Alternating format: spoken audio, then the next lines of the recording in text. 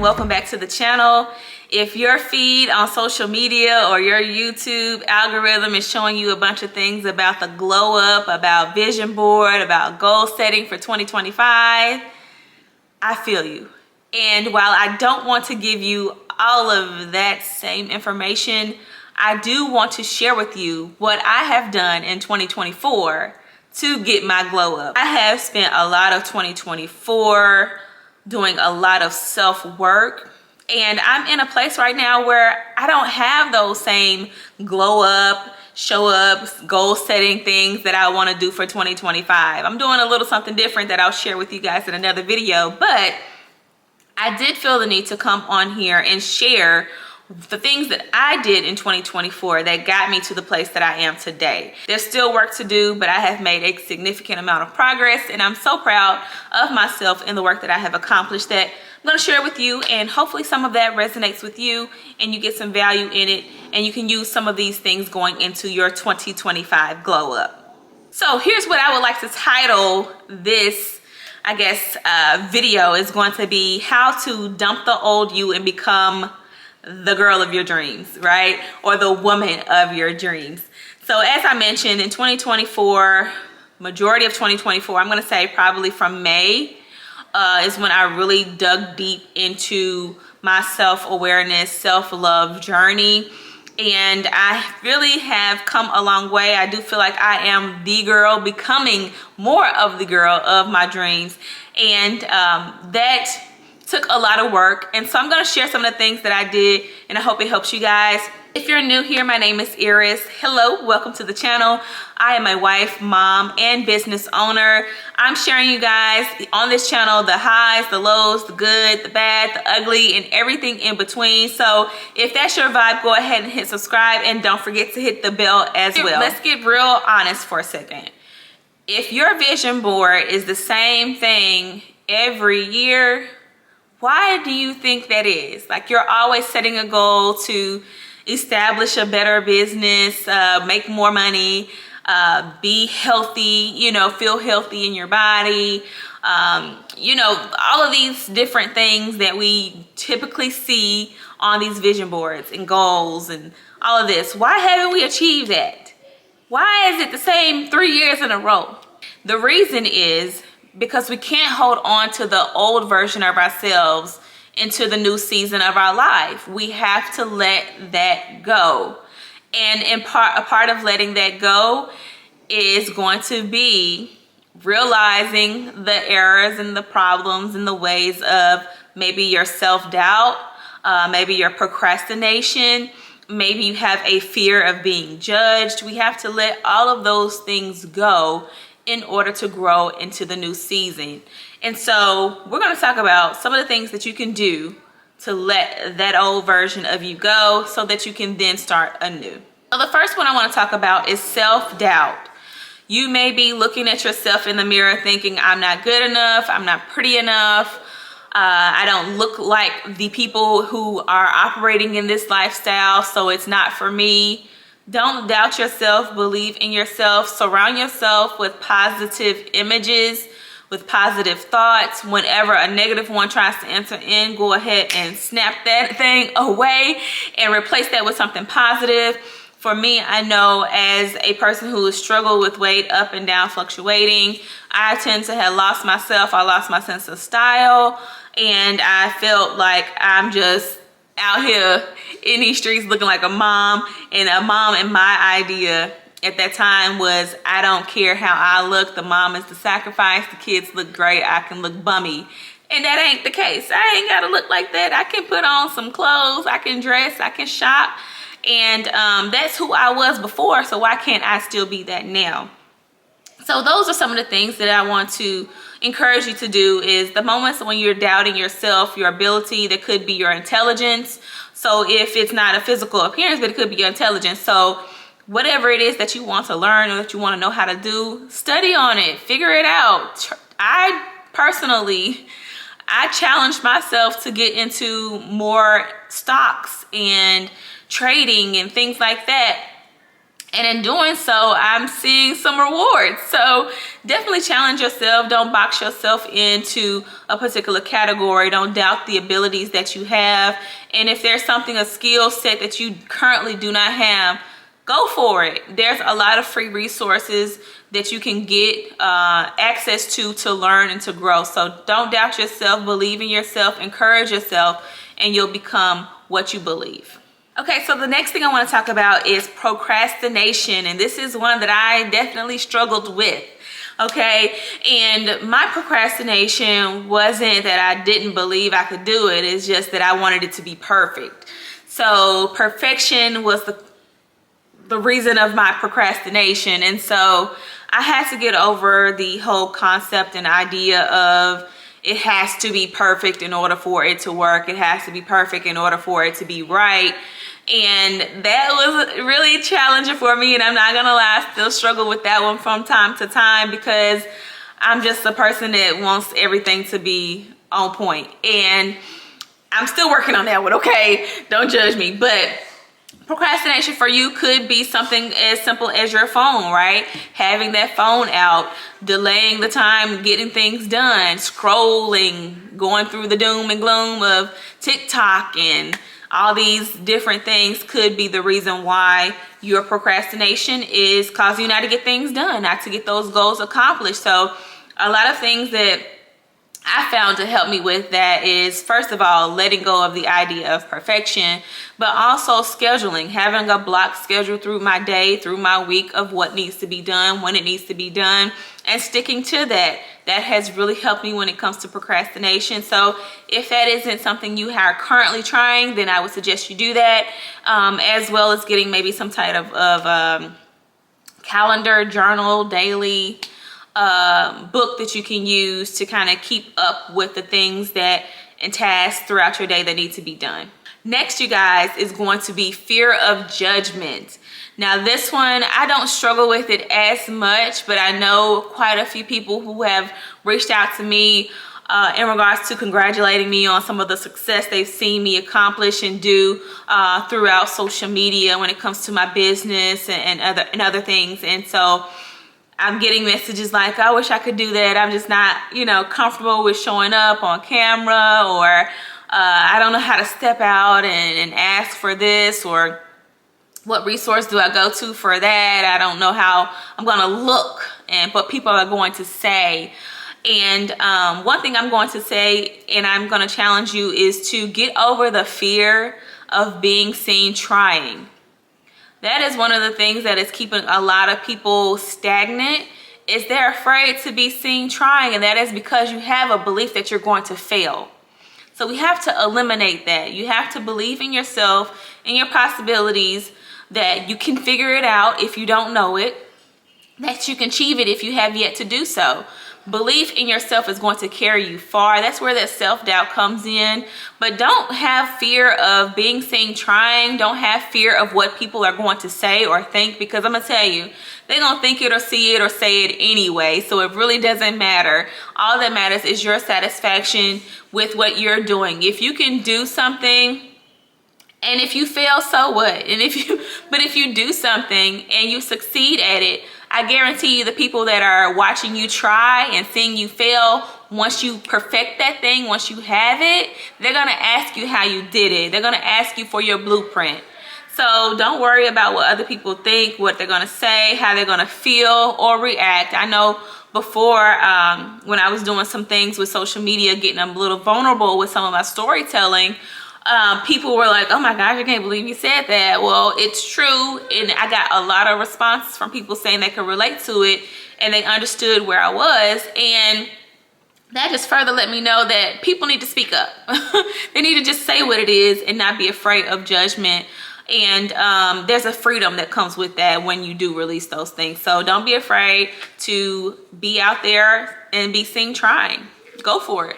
So now you may be thinking, okay, what can I do to release things that are holding me back, such as the self-doubt, the procrastination, as well as the fear of being judged? Well, these are some of the things that I did. I'm going to share with you. Hope they work for you as well. I would definitely suggest you give them a try. The first thing is going to be journaling. For me, journaling is super important. It's a part of my release. It's a part of my vent. It's a part of my gratitude. One thing that I did do differently is I would journal all the time, off and on. And my journaling would be kind of like a vent session. I would talk about the things that weren't right, the things that weren't going well, the frustrations that I had. I had to change that and turn that into a gratitude journal. What I found was embracing the journey where I was, how things were currently. I had to acknowledge it, let it go, and move on. And for me, that was in a gratitude journal. There were things that I needed to focus on that were positive happening in my life. And once I started to focus on those things, I started to realize how truly blessed I am, how much I have accomplished and established within the life that I've lived thus far. And when you get that outlook on life, there's so much gratitude, there's so much love, there's so much peace that's there. The energy just shifts. It really shifts. So I would encourage you to do some journaling. That could be digital. There's digital journals. So if you have like an iPad, you want a digital journal that way.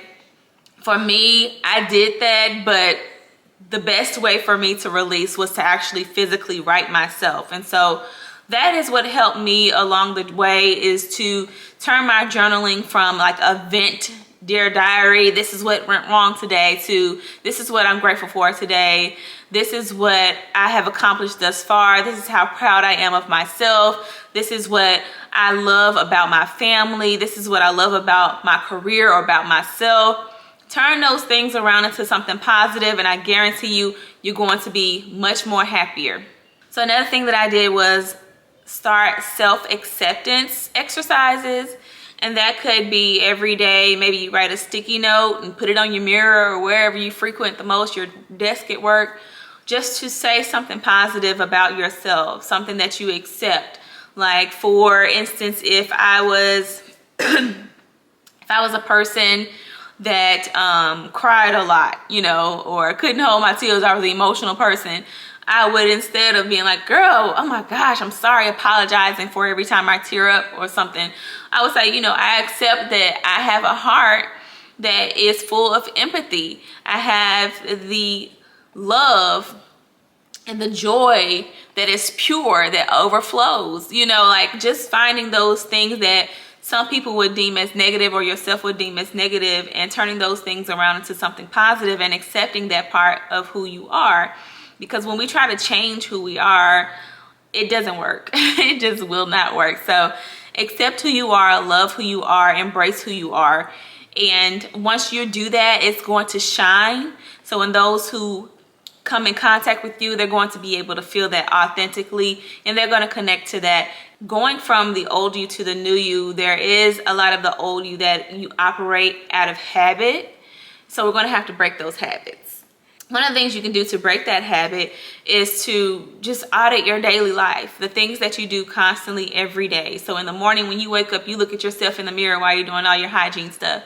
What are you saying to yourself? What are you saying about your day? For me, I know what really helped me was to have a sense of accomplishment first thing in the morning. And that sense of accomplishment for me is making up my bed. So when I wake up, after I get myself together, I'm making up my bed and I'm turning on my little wax melts thing so I can get that fragrant aroma in my room. And I feel like I have simply accomplished something. I can breathe, I can relax before my day begins. For you, that could be some type of physical activity, such as working out. I do have a walking pad as well, so I try to get that in throughout the day. That could be your eating habits. Maybe you meal prep now, and so you already have that out of the way. You don't have to think about what I'm going to eat. Anything like that that's going to help you throughout your day be productive, then you want to definitely switch over to those habits and make sure that you incorporate that into your daily routine. And you're going to see it's going to become a little mundane, but it's going to be highly effective for your glow up to your next season. So check out your daily habits and switch those to make them more productive for you. Another thing kind of goes back into your space, but it's going to be like decluttering, getting rid of stuff. What you see is how you feel. what is around you is going to impact you emotionally. So if there's a lot of junk and crap around, then you definitely want to get rid of that, because that's going to bother you mentally, physically, without you probably realizing it. But just think about it. When you go into a certain space, how do you feel? I know for me, when I go into, let's say, what's a store that's really messy right now? A Target. Most Targets are clean, but these Targets nowadays are really bad. I go into my Target and the Target is horrible. It's clothes everywhere, shoes all on the floor. I'm just overwhelmed. I don't even want to look for anything. I just want to turn around and walk out.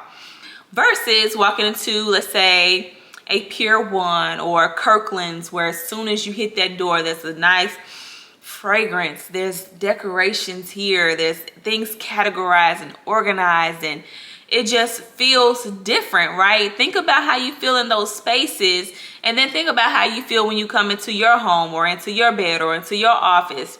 How does that make you feel? If you're not feeling accomplished, you're not feeling encouraged, you're not feeling positive, you need to change some stuff. That doesn't just go into your physical space, that's also your digital space too. So on these phones, there's a lot of things on there too that we can declutter. A lot of apps, a lot of people that you follow that maybe no longer serve you. There could be pictures and contacts and all these notifications. You got 10,000 emails. So all of those things play a part. So declutter your space, declutter your mind, and you'll feel a lot lighter, free, and better. The next thing is a circle check. And the circle check is simply paying attention to those who are around you, those who you spend most of your time with. Are those people who are feeding into the new you, or are they people that are keeping you stuck into the old ways, the old you? Is it maybe you're, set a goal that I'm not going to drink as much, I'm going to make healthier choices, and this friend always wants to go out for beer and pizza or a cocktail or two, every Friday. If that's not where you are, then that's just simply not where you are. And if that's truly someone who wants to see the growth and the new you and want to experience that with you, then they would not do it, or they would say, I'm not going to invite you because I understand where you're on this journey of better. And so check your circle, those around you. Make sure you're with those who are supportive. I know for me, my circle isn't very large, but I do want to get closer to my circle. Now, I do have a circle of like entrepreneur, business-minded friends, and then I have those that are like my homegirls, my kick-its, so there are buckets, and there are times and places for coming together with either.